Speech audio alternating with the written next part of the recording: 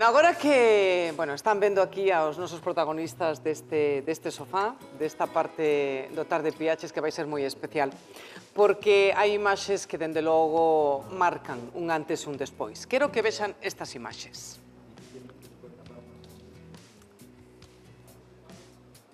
A ver se as teñen, se non...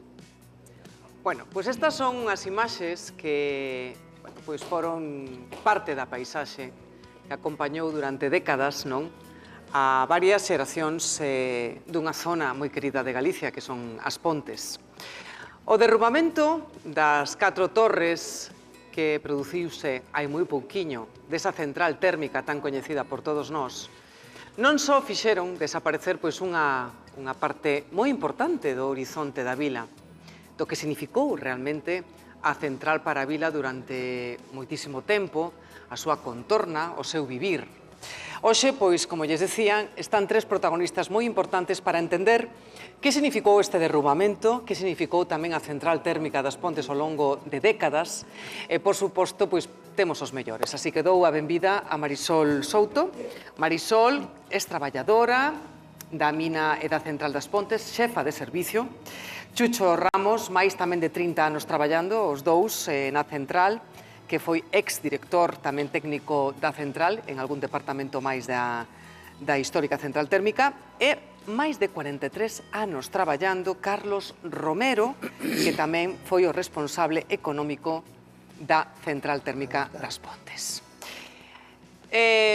Antes de comenzar esta conversa, que, estamos os tres, non? Eu, como falo tanto, perdoademe, compañeiros, e interrumpo, pero gustaríame comenzar con unhas imaxes. Non sei se temos, querido director, as imaxes do momento, para os traballadores e para a xente das Pontes, penso que máis complicadas de vivir. Así que, despois de ver estas imaxes, gustaríame de verdade que me contárades esta impresión que vos dá. Ver este acontecemento que marca, o fin dunha época.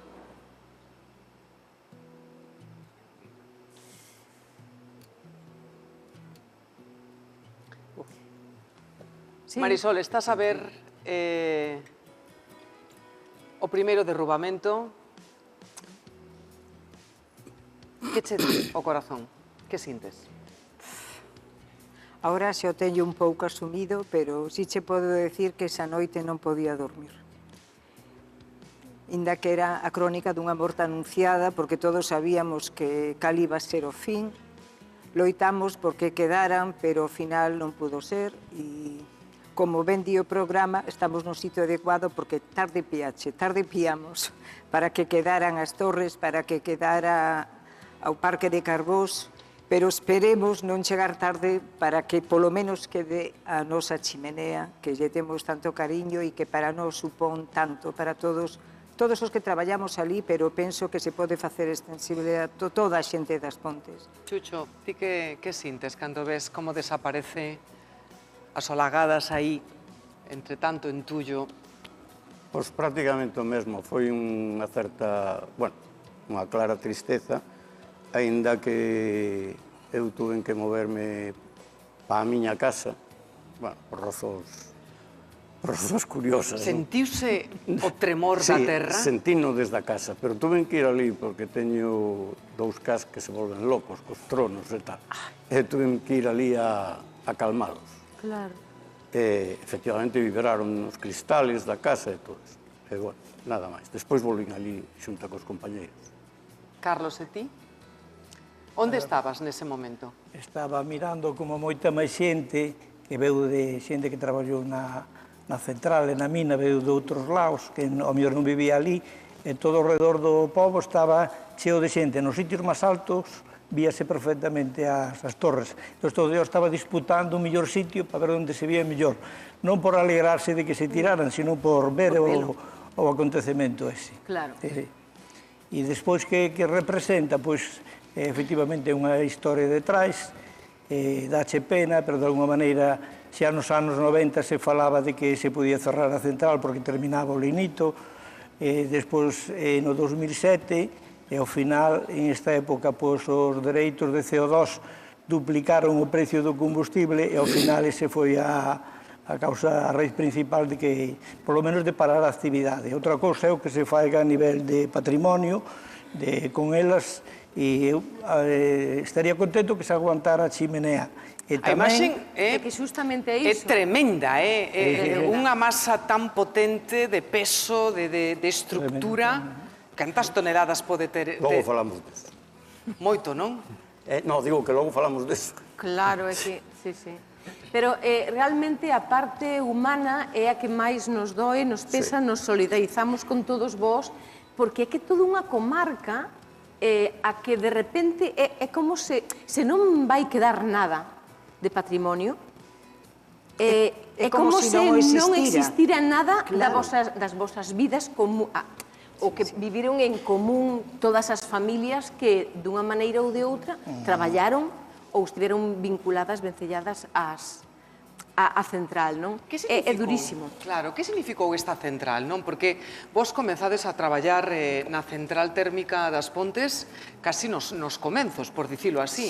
Marisol, Chucho empezou, bueno, ao principio de todo. Eu empecé no ano 82 na mina, e para min, claro, era unha rapaza, tiña 20 anos, e para min naquel momento era unha maravilla, era porque era o sono de calquer, e máis aínda sendo muller, non? E entrar, pois tamén xa sempre tuve un posto na parte técnica, entonces aínda máis, non estábamos ni siquiera preparados mentalmente para estar traballando nun sitio así. Pero o que foi esta mina e esta central para as Pontes é que foi o motor da comarca, o motor das Pontes e o motor dunha comarca moi grande, que abarca moito máis que as Pontes, porque dende Vilalba hasta Pontedeume, hasta Ortigueira, hasta Ferrol, todo eso, había moitísima xente, moitos traballadores que viaxaban... Canta xente traballaba? No momento de máximo 2.800 persoas, con todas as súas familias. Claro. Canto representa iso? Pero 2.800 postos directos, porque logo había igual máis en momentos puntuais, por exemplo, na obra de Bran, que era unha voráxine de máquinas de moitísima xente que viña de toda España para facer traballos de movimento de terras, pois igual había máis de 1.000 persoas, máis, e cando había revisións na central ou as transformacións, pois igual había outras 500 ou 600 persoas traballando cas súas familias. Entón, e despois todos os comercios, toda a xente que viña, é dicir, eso era un motor, e isto vai a desaparecer totalmente. E a nós o que nos dá pena, a xente que vivimos ali e que sentimos que aquelo formou parte das nosas vidas, é que temos a obriga de deixarlles algo, non podemos borrar a historia. Por iso decides que é tan importante a chimenea. Ti, Chucho, dis que as torres tiñan valor, pero que a chimenea é unha obra. A chimenea é absolutamente decisiva no complexo de todo, da mina e da central. E por qué? Porque resulta que a tecnoloxía para facer unha chimenea tan grande e tan alta desarrollouse precisamente por aqueles anos. E había un problema serio, o sea, de repente quixose facer unha central moi grande, de 1.400 megavatios, queimando 13 millóns de toneladas de combustible ao ano, e iso significaba que había que sacar os gases, emitilos, que tiñan evidentemente unha carga contaminante seria. En aquel momento non había instalacións de sulfuración e desnitrificación para quitar os óxidos de azufre ou de nitróxeno dos gases. E a única maneira era a través de unha dispersión moi alta. E entonces esta chimenea cumpleu ese obxectivo de maneira magnífica, porque ademais resulta que a chimenea tiña a súa vez 4 tubos que se ven na parte alta, porque independentemente de que un grupo estuvera funcionando ou parado, o seu gas iba a salir por un deses 4 tubos a unha velocidade de 30 metros por segundo, e iso facía que o penacho se levase moito e se dispersasen os contaminantes. De feito, nunca houve Estamos vendo agora a imaxe espectacular da chimenea. Ves a chimenea aí e ves que o que se ve encima da chimenea vese transparente. Sí, sí, sí, sí. Pero porque despois o que condensa é o vapor de agua. Claro. A agua que tiñan os fumes. Sí, como as empresas das cerámicas que levan ese vapor transparente. O fume era transparente, levaba SO2 e tal. Despois chegou un momento en que, claro, a emisión deses contaminantes de SO2 e tal, ou haber tecnoloxías de desulfuración e desnitrificación na última etapa da central, xa queimando prácticamente carbón importado, pois montáronse instalacións desas. Pero quero decir que se non chega a haber tecnoloxía para montar esa... Canto mide? Mide 350 de formigón e outros 6 variables, porque a altura dos conductos dependía de se estaba parados os grupos ou funcionando, porque dilataban hacia arriba, ¿no? E entonces eso funcionou moi ben. O sea, eso, se non existise esa chimenea, non se podía. Non se podía facer.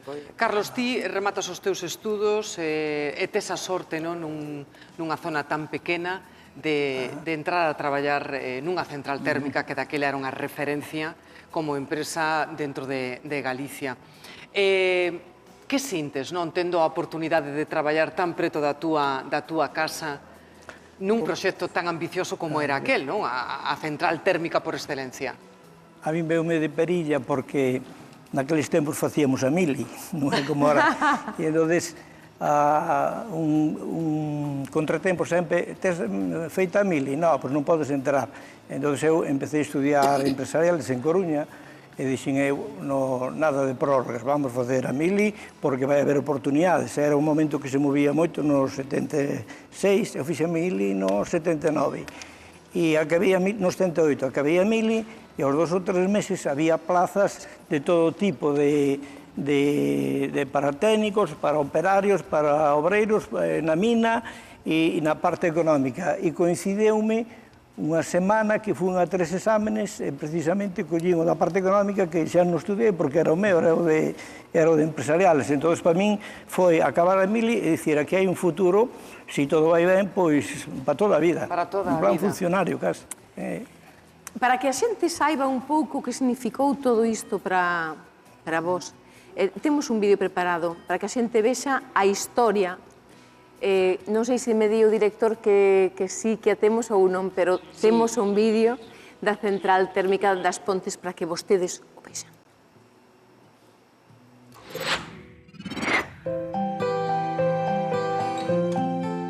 Eu son María José Vilar, son ex-traballadora de Endesa, estou no poboado das Veigas, que me trae moi bons recordos, porque eu aquí empecé a traballar, a quedarme, por iso que son os meus comenzos no ano 1975.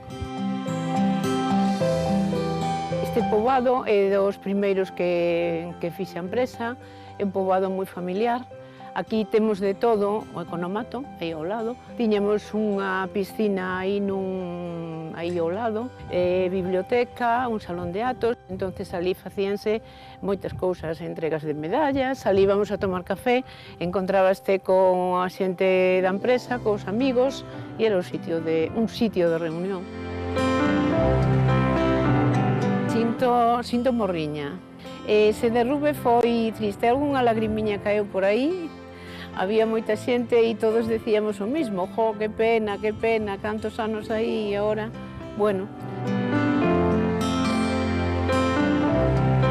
Onde vedes o lago era o hueco da mina. Aí estaban as máquinas, aí estabase sacando carbón e isto, se non se chega a encher de agua, pois quedaría moi feo, porque quedaría todo un hueco grande. É un Porto Novo das Pontes, porque xa vedes como está, hai moita xente, témolo moi cómodo, a xente que non pode viaxar, que non se pode acercar por aí a unha playa, pois teno aquí. Os nenos teñen fútbol, teñen un sitio para xogar, tes unha sombra para vir a merendar e pasar unha tarde cos amigos, o sea que non podemos pedir máis.